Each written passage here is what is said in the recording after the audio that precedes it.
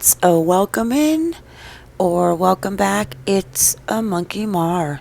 Before we get into today's video, please make sure you click that subscribe button, the bell for notifications, and of course, the like. Another update on the missing millionaire Melissa Caddick. So, investors handed over $13 million to Sydney businesswoman before she vanished, a court told. Interesting, huh? So, was that money that she did not turn over and put into one of her 7 offshore accounts? That might be the money in the duffel bags. Let's get into this article.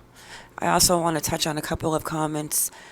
So, investors handed over more than $13 million to a Sydney businesswoman before she vanished amid an investigation into her financial services company, a court has heard.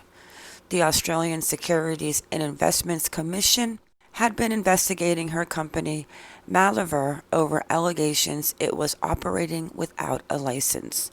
The corporate watchdog has applied for orders in the Federal Court of Australia to appoint a provisional liquidator to the company. ACIC's barrister Stephanie Fenkian today said many unsurprisingly distressed consumers had contacted the watchdog with information and documents upon learning of Mrs. Caddick's disappearance. They have invested approximately $13.1 million with the defendant, and the majority have not received any funds back to date, Ms. Fendikian told a hearing in Sydney. ACIC has previously been granted a court order freezing Ms. Caddick's assets. Ms. Caddick's brother and husband made a tearful appeal for any information about her whereabouts. So the orders also limit how much Ms. Caddick's family can access for cost of living expenses, including her husband, to take care of their son. I wonder where her son's biological father is. The family has sought an increase to the weekly limit of $800. Ms. Fendikian said affidavits originally estimated their expenses to be a staggering $4,880 a week without any real explanation or further evidence, but the request had been lowered significantly. It included the cost of maintaining insurance. Melissa Caddick has not been seen since leaving her Dover Heights home on November 2nd. Barrister David Solon, acting for Ms. Caddick's brother Adam Grimley, said the higher estimate was given by his client with limited information and at a time when it was unclear whether receivers would be appointed. He said it included a mortgage expenses on an Edgecliff property and needed to be properly qualified. The court was also asked to vary the freezing orders to accommodate a $66,000 legal bill. Ms. Fendikian stressed the need to protect the interests of investors and said there was a vacuum at the helm of the company, with nobody managing its affairs. The court heard updated information from financial institutions revealed approximately $4 million sits in various bank accounts held by Ms. Caddick or her company. It was also revealed that during raids of her home on November 11th, a day before her disappearance, the items seized included jewelry, designer label clothing, and footwear. ACIC's investigation began in early September, more than 2 months before the 49-year-old left Dover Heights home without her keys and phone. Okay, so one article said they've been after her for 7 months. This one is saying it's 2 months, and regardless, with 8 weeks, she still had plenty of time to plan her Gone Girl a getaway. Malaver has been unrepresented during the proceedings, but Mr. Grimley has represented Ms. Caddick's interest via a power of attorney. Ms. Fendikian said Mr. Grimley appeared to have no knowledge of the allegations made by ACIC. And that's going to be one of the comments that I am going to touch on, is regarding her brother. The hearing before Justice Bridget Markovic continues. So, you know what I'm going to say. I am definitely going to stay on top of this story. It is a very intriguing, fascinating, interesting one. I must say, where are you, Melissa Caddick? I truly do love these comments from you guys. Everyone's like on the opposite side of the spectrum. There was one on the video before this where the girl said, "Run, girl, run." And then she had some comments underneath it. Come on, guys. Everyone's entitled to their opinion. But this is such a complicated case. But where is something they're in on it together?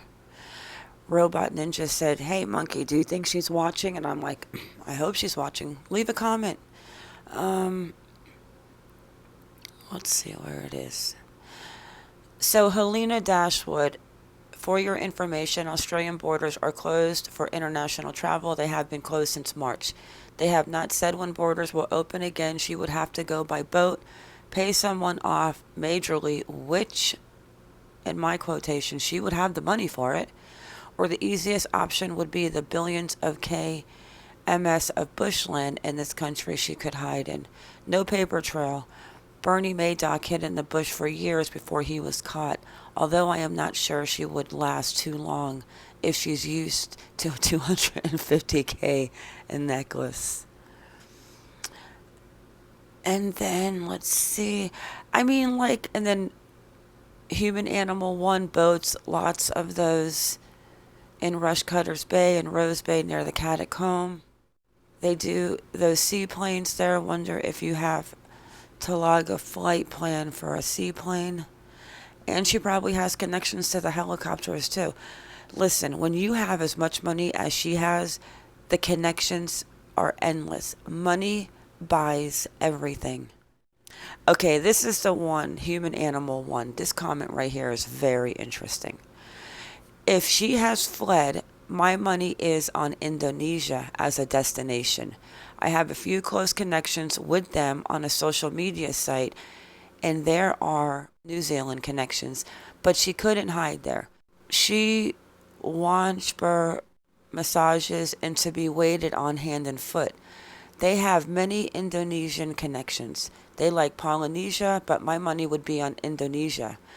Live it up large on less money and easier to hide. Ole run of Westerners go there to retire young. She would be one of the many in a crowd, but still able to hide amongst the sprawl. It's also a better option to think of. Murdered is awful, ESP with having a young son.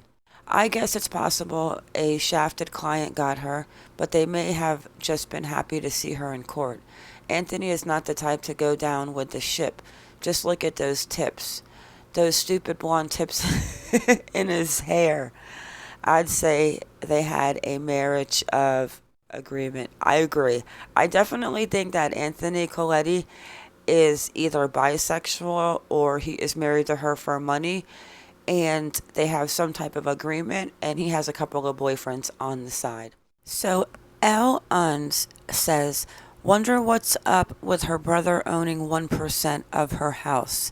It's got to be some way of stopping them from liquidating her assets to pay off her debts.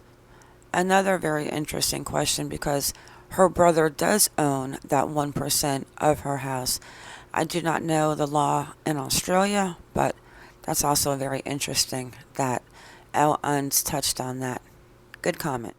Since the borders are closed, how would she get to Indonesia? I mean, what if she was on a big size? You know what? Money can get you anywhere. Money can get you. I mean, she might even be sitting in California, sitting on the beach.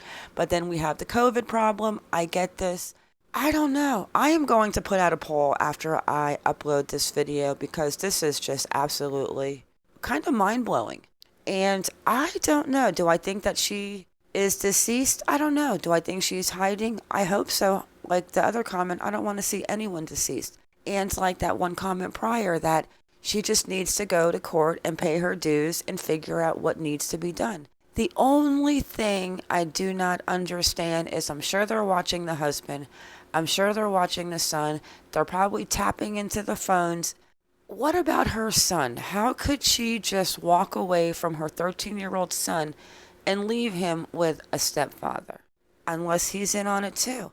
But I'm sure a good investigator talking to a 13-year-old would know how to manipulate a situation and get him to talk. My opinion, this is going to go two ways.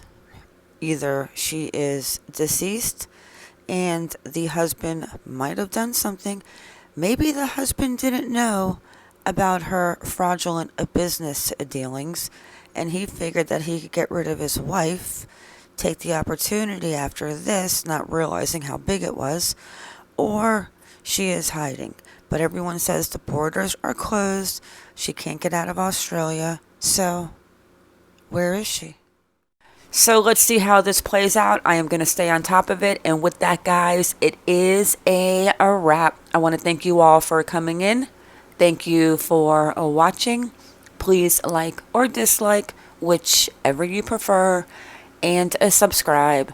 Everyone have a good day or a good night wherever you are in the world. And stay vigilant. I am out.